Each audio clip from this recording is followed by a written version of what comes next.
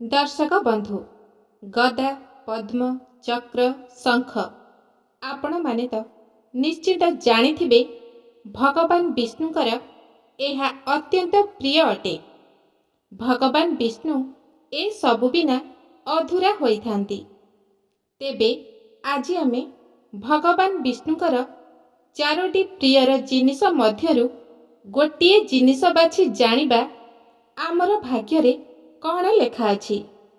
भगवान विष्णु आमको क्यों संकेत देबा पाई चाहुचंती। एही कथाटी अंकशास्त्र उपरे आधारित अटे। एही कथाटी रे आपणको विषय रे किछि एपरी अजणा कथा जणाइबु जाहाकु आपण निज विषय रे जानिबा खूब आवश्यक रहिछि।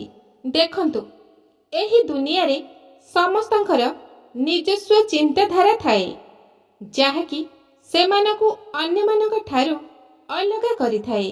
कुहा जाए कि कौनसी भी व्यक्तिर पसंद और नापसंद सेही व्यक्तिर स्वभाव को दर्शाई थाए।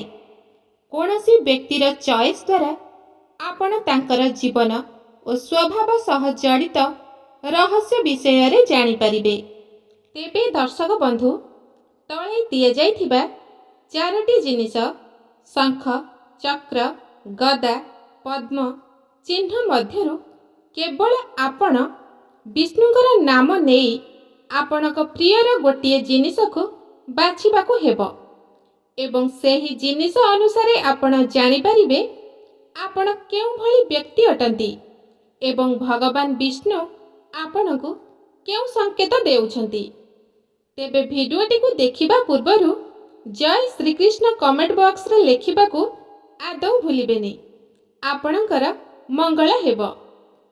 तेबे एबे आसतु आमे जानिबा आपण माने जदि भगवान विष्णुकर प्रथम चिन्ह बा प्रथमे गदाटी को बाछिछंती तेबे जानतु आपणको भगवान विष्णु केउ संकेत देउछंती। आमे कहि रखुछु जेउ माने प्रथमे गदाटी को बाछिछंती तेबे जानतु आपणको कौनसी बाधा छुई पारिबो नाही। आपणकर सब समस्या दूर हेबाकू जाउछि। भगवान विष्णु आपणकू सब दुख कष्टरु मुक्ति करिदेबे। भगवान विष्णु आपणक उपरे प्रसन्न अछंती। आपण एभली जणे मनीष अटंती काहा मनरे दुख कष्ट दियंती नाही। आपण काहाकू भय मध्य करंती नाही।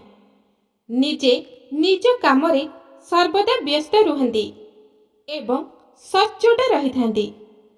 आपणको जीवन रे अनेक सफलता मिलिबाकू जाउछि। आपणको जीवन रे बहुत भल समय आगुकू आसुछि। आपण सबु संकटरु बाहरिबा पाई सक्षम अटंती। आपण सबु समस्यारु सहजरे बाहरी पारंती काहेकि ना आपण समस्तक सहित मिसिकी चली पारंती। परिवार और बंधुक सहित सबु बेले जोड़ी हेई रुहंती। जे अन्य मानक सहित मिलीमिशी चले ताकू केबे भी दुख कष्ट स्पर्श करि पारे नाही। भगवान विष्णुकर आशीर्वाद एभली भाबरे आपणक उपरे रहिछि जहा पाई आपणक जीवन रे केबे भी दुख आसीबो नाही। आपणकर जहा भी इच्छा रहिछि ताहा निश्चय पूरा हेबो किंतु केउ प्रकारर पूरा हेबो ताहा भगवान को हातरे अछि। तेणु आपण जहा भी काम करूछंती ताहा निष्ठा श्रद्धार सह करंतु। देखिबे आपणक जीवन रे कोनोसी दुख कष्ट केबे हेले आसीबो नाही। तेबे दर्शक बंधु एबे जदि आपण भगवान विष्णुकर प्रियर जिनिस द्वितीय पद्मटी को बाछिछंती तेबे जानतु आपण आउ चिंता करंतु नाही। वर्तमान चिंता दूर हेबा पाई समय आसी जाइछि। वर्तमान कर्म पाई फल प्राप्तिर योग रहुअछि। आपण जेउ आशा रे अछंती ताहार शुभ फल पाइबारे टिकिए विलंब होई पारे। जातकरे शनि शुक्र वृद्ध चरण रे କାର୍ଯ୍ୟ କରୁଛନ୍ତି। ଆଶାରେ ଥିବା ଫଳ ସ୍ୱପ୍ନ ପରି ବିଫଳ ହେବାର କିଛି ଆପଣ ଆଭାସ ପାଉଛନ୍ତି, କିନ୍ତୁ ସେଥିପାଇଁ ଆପଣ ଆଦୌ ଚିନ୍ତା କରନ୍ତୁ ନାହିଁ। ବର୍ତ୍ତମାନ ଆପଣଙ୍କ ଗ୍ରହଙ୍କ ନିର୍ଦ୍ଦିଷ୍ଟ ଦେବାଦେବୀଙ୍କ ପୂଜା କରନ୍ତୁ। ଆପଣ ଏତେ ଆଉ ମନ୍ଦ ଫଳ ଭୋଗ କରିବେ ନାହିଁ। ଆପଣ ଭାବୁଥିବେ ଆପଣଙ୍କ ଜୀବନ ଦୁଃଖରେ କଟିଯିବ, ତାହା ନୁହେଁ। ଧୈର୍ଯ୍ୟ ଧରନ୍ତୁ। ବର୍ତ୍ତମାନ ଭୋଗ କରୁଥିବା ଦୁଃଖ ତାହା ଶୀର୍ଷ ସୀମାରେ ପହଞ୍ଚି ସାରିଛି। ଆପଣଙ୍କ ଦୁଃଖର ଦିନ ସମାପ୍ତ ହୋଇସାରିଛି। ଯେତିକି କଷ୍ଟ ପାଇବା କଥା ଆପଣ ପାଇସାରିଲେଣି। ଆଗକୁ ଆପଣଙ୍କ ପାଇଁ ଅତ୍ୟନ୍ତ ଶୁଭ ସମୟ ଆସୁଛି। ଆପଣଙ୍କ ଇଚ୍ଛା ଅନୁସାରେ ସେ ସବୁ କିଛି ହେବାକୁ ଯାଉଛି, ଯାହା ଆପଣଙ୍କୁ ଦିନେ ସ୍ୱପ୍ନ ପରି ଲାଗୁଥିଲା। ଆପଣ କେବଳ ନିଜର ନିଷ୍ଠା, ଶ୍ରଦ୍ଧା ଏବଂ ଭକ୍ତି ଦ୍ୱାରା ନିଜର କାମକୁ ସଠିକ୍ ଭାବରେ କରି ଆଜି ଏ ପର୍ଯ୍ୟନ୍ତ ପହଞ୍ଚିଛନ୍ତି। ଆପଣଙ୍କ ଉପରେ ଭଗବାନ ବିଷ୍ଣୁଙ୍କର ସ୍ୱତନ୍ତ୍ର ଆଶୀର୍ବାଦ ରହିଛି। ଆପଣ କର୍ମ ଠିକ୍ ଭାବରେ କରନ୍ତୁ। ଦେଖିବେ ସବୁ କ୍ଷେତ୍ରରେ ଆପଣଙ୍କୁ ସଫଳତା ହିଁ ମିଳିବ। ତେବେ ଏବେ ଯଦି ଆପଣ ଭଗବାନ ବିଷ୍ଣୁଙ୍କର ତୃତୀୟ ପ୍ରିୟର ଜିନିଷଟିକୁ ବାଛିଛନ୍ତି ବା ଶଙ୍ଖଟିକୁ ବାଛିଛନ୍ତି, ତାହେଲେ ଜାଣନ୍ତୁ ଆପଣଙ୍କ ଉପରେ ହନୁମାନ ଜୀଙ୍କର ବିଶେଷ କୃପା ରହିଛି। ଆପଣ କେଉଁଠି ନା କେଉଁଠି ହନୁମାନ ଜୀଙ୍କୁ ପ୍ରସନ୍ନ କରିଛନ୍ତି। ଆପଣଙ୍କୁ ମାତା ପିତାଙ୍କର ଆଶୀର୍ବାଦ ମଧ୍ୟ ମିଳିସାରିଛି। ପ୍ରତ୍ୟେକ କାମ ବିନା ବାଧାରେ ପୂରା ହେବ। ଆଗାମୀ ସମୟ ଆପଣମାନଙ୍କ ପାଇଁ ବହୁତ ଖାସ୍ ହେବ। ଆପଣଙ୍କର ଆସୁଥିବା ସମୟ ଭଗବାନ ବିଷ୍ଣୁଙ୍କ କୃପାରୁ ଅନେକ ସାରା ଖୁସି ଖବର ନେଇକି ଆସିବ। ଅଟକି ରହିଥିବା ଧନ ଅଚାନକ ଫେରି ପାଇବେ। ପୂର୍ବରୁ ଥିବା ଆପଣଙ୍କ ମନର ସବୁ ଖରାପ ଚିନ୍ତାଧାରା ବର୍ତ୍ତମାନ ଦୂର ହୋଇଯିବ। ପୂର୍ବରୁ ଯେଉଁ ରୋଜଗାର କମ୍ ଏବଂ ଖର୍ଚ୍ଚ ଅଧିକ ହେଉଥିଲା, ତାହା ଆଉ ରହିବ ନାହିଁ। ଶେଷ ସମୟରେ କରିଥିବା ଭୁଲରୁ ଦୂରେଇ ରୁହନ୍ତୁ, ନଚେତ୍ ତାହା ହିଁ ଆପଣଙ୍କ ଜୀବନରେ ବିପଦ ଆଣିବ। କାହାକୁ ନିଜର ଗୁପ୍ତ କଥା କିମ୍ବା କୌଣସି ସିକ୍ରେଟ୍ କୁହନ୍ତୁ ନାହିଁ। କାହାକୁ ଯେତେ ନିଜର ଭାବିଲେ ବି କେବେ ହେଲେ କୁହନ୍ତୁ ନାହିଁ।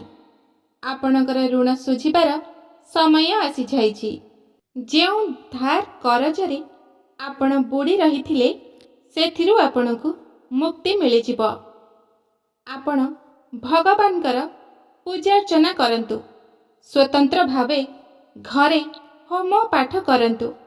ଦେଖିବେ ଆପଣଙ୍କ ଜୀବନରେ ଯାହା ବି ଦୁଃଖ କଷ୍ଟ ରହିଛି, ତାହା ନିଶ୍ଚିତ ଭାବରେ ଦୂର ହୋଇଯିବ ଏବଂ ଆପଣଙ୍କ ମନ ଉଚିତ ମାର୍ଗରେ ଯିବା ପାଇଁ ଏକ ରାସ୍ତା ପାଇଯିବ। ତେବେ ଏବେ ଯଦି ଆପଣ ଭଗବାନ ବିଷ୍ଣୁଙ୍କର ଚତୁର୍ଥ ନମ୍ବର ପ୍ରିୟର ଜିନିଷଟିକୁ ବାଛିଛନ୍ତି ବା ଚକ୍ରଟିକୁ ବାଛିଛନ୍ତି, ତେବେ ଜାଣନ୍ତୁ ଚକ୍ରଟି ଆପଣଙ୍କ ଭାଗ୍ୟ ବିଷୟରେ କ'ଣ କହୁଛି। ଆସନ୍ତୁ ଜାଣିବା। ଆପଣ ବର୍ତ୍ତମାନ ବହୁତ ଚିନ୍ତାରେ ବ୍ୟତିବ୍ୟସ୍ତ ହୋଇଛନ୍ତି। ସନ୍ତାନମାନଙ୍କୁ ନେଇ ଅନେକ କଷ୍ଟ ଭୋଗୁଛନ୍ତି। ମନ ମଧ୍ୟରେ ଅନେକ ଉଦ୍ବେଗ ଜାତ ହେଉଛି। ଯାହା ଭାବୁଛନ୍ତି ସେହି କାର୍ଯ୍ୟକୁ କରିପାରୁନାହାନ୍ତି। ଅନ୍ୟମାନଙ୍କ ଲାଗି ଆପଣ ବିଶେଷ ଚିନ୍ତା କରୁଛନ୍ତି। ଆପଣଙ୍କ ମନ କଥା ବର୍ତ୍ତମାନ ଆମେ ଜାଣିପାରିଛୁ। ଆପଣ ଏକ ଶୈତାନୀ ମଣିଷର ହାବୁଡ଼ରେ ପଡ଼ିଯାଇଛନ୍ତି। ସାଙ୍ଗ ସାଥୀ ପରିବାର ସମସ୍ତେ ଆପଣଙ୍କ ଠାରୁ ଦୂରେଇ ଯାଇଛନ୍ତି। ଆପଣଙ୍କୁ ପ୍ରତ୍ୟେକ କାର୍ଯ୍ୟରେ ଅସଫଳତା ମିଳୁଛି। ସମସ୍ତ ଲାଭ କାର୍ଯ୍ୟରେ କ୍ଷତି ସହିବାକୁ ପଡ଼ୁଛି। ଯେତେ ପରିମାଣରେ ଖର୍ଚ୍ଚ କଲେ ସେତେ ପରିମାଣରେ କ୍ଷତି ସହୁଛନ୍ତି। ପରିବାର ବର୍ଗ ଆପଣଙ୍କୁ ବିଶେଷ କ୍ଷତି କରାଉଛନ୍ତି। ଏ ଦୁନିଆରେ ସମସ୍ତେ ସ୍ୱାର୍ଥପର। ଅନ୍ୟମାନଙ୍କ ସ୍ୱାର୍ଥରେ ବାଧା ଆସିଲେ ସେମାନେ ଯେକୌଣସି ନିଜର ବ୍ୟକ୍ତି ହେଇଥାଉ ନା କାହିଁକି ତାଙ୍କର କ୍ଷତି ହିଁ କରିଥାନ୍ତି। ତେବେ ଆପଣ ସବୁ କ୍ଷେତ୍ରରେ ସମସ୍ତଙ୍କୁ ବିଶ୍ୱାସ କରନ୍ତୁ ନାହିଁ। ଟିକେ ଜଗି ରଖି ଚଳନ୍ତୁ। ଅନ୍ୟ ଜଣଙ୍କ ପାଇଁ ଆପଣ ଯେତେ ବି ଯାହା କଲେ ସେ କେବେ ବି ସନ୍ତୁଷ୍ଟ ହୁଅନ୍ତି ନାହିଁ। ତେଣୁ ଅନ୍ୟମାନଙ୍କ ପାଇଁ ସେତିକି କରନ୍ତୁ ଯେତିକି ଆପଣ କରିପାରୁଛନ୍ତି। ଆପଣଙ୍କର ଆଗକୁ ଶୁଭ ସମୟ ଆସିବାକୁ ଯାଉଛି। ଆପଣଙ୍କ ଉପରେ ଭଗବାନ ବିଷ୍ଣୁ ସନ୍ତୁଷ୍ଟ ଅଛନ୍ତି, କାରଣ ଆପଣ ଏଭଳି ଜଣେ ବ୍ୟକ୍ତି ଅଟନ୍ତି ଯିଏକି ଅନ୍ୟକୁ କଷ୍ଟ ଦୁଃଖ କେବେ ହେଲେ ଦେଇପାରନ୍ତି ନାହିଁ। ଆପଣଙ୍କର ଏହି ଗୁଣ ଆପଣଙ୍କୁ ସ୍ୱତନ୍ତ୍ର କରିଛି। ଆଉ ଚିନ୍ତା କରନ୍ତୁ ନାହିଁ, ଭଗବାନଙ୍କର ଆଶୀର୍ବାଦ ଆପଣଙ୍କୁ ମିଳିସାରିଛି। ଏବେଠାରୁ ଯାହା ବି ଘଟିବ ଆପଣଙ୍କ ସହିତ ଭଲ ହିଁ ଘଟିବ। ଭଗବାନଙ୍କ ଉପରେ ବିଶ୍ୱାସ କରି ଆପଣ ନିଜର କର୍ମ କରିଚାଲନ୍ତୁ। ଦେଖିବେ ଏ ଦୁଃଖର ସମୟ ଦିନେ ନା ଦିନେ ବଦଳିଯିବ। ତେବେ ବନ୍ଧୁଗଣ, ଏହା ତ ଥିଲା ଆଜିର ବିଷୟବସ୍ତୁ। ଆପଣମାନେ ଭଗବାନ ବିଷ୍ଣୁଙ୍କର ପ୍ରିୟର ଜିନିଷ ମଧ୍ୟରୁ ଗୋଟିଏ ଜିନିଷ ବାଛି ଜାଣିପାରିଥିବେ ଯେ ଭଗବାନ ବିଷ୍ଣୁ ଆପଣଙ୍କୁ କେଉଁ ସଂକେତ ଦେବାକୁ ଯାଉଛନ୍ତି ଏବଂ ଆପଣଙ୍କର ଆଗାମୀ ଭବିଷ୍ୟତ କିପରି ରହିବାକୁ ଯାଉଛି। ତେବେ ଯଦି ଆପଣମାନଙ୍କୁ ଏହି ଭିଡ଼ିଓଟି ଭଲ ଲାଗିଥାଏ ତେବେ କମେଣ୍ଟ ବକ୍ସରେ ଜୟ ଶ୍ରୀକୃଷ୍ଣ ଲେଖିବାକୁ ଆଦୌ ଭୁଲିବେନି ଏବଂ ଆପଣ ଭଗବାନ ବିଷ୍ଣୁଙ୍କର କେଉଁ ପ୍ରିୟର ଜିନିଷଟିକୁ ବାଛିଛନ୍ତି ବା କେଉଁ ଚିହ୍ନଟିକୁ ବାଛିଛନ୍ତି ତାହା ଆମକୁ ଆମ କମେଣ୍ଟ ବକ୍ସରେ ଜଣାଇବାକୁ ଆଦୌ ଭୁଲିବେନି। ଭଗବାନ ଆପଣଙ୍କର ମଙ୍ଗଳ କରିବେ। ଧନ୍ୟବାଦ। ଆଜିର ଦିନଟି ଆପଣମାନଙ୍କ ପାଇଁ ଶୁଭମୟ ହେଉ।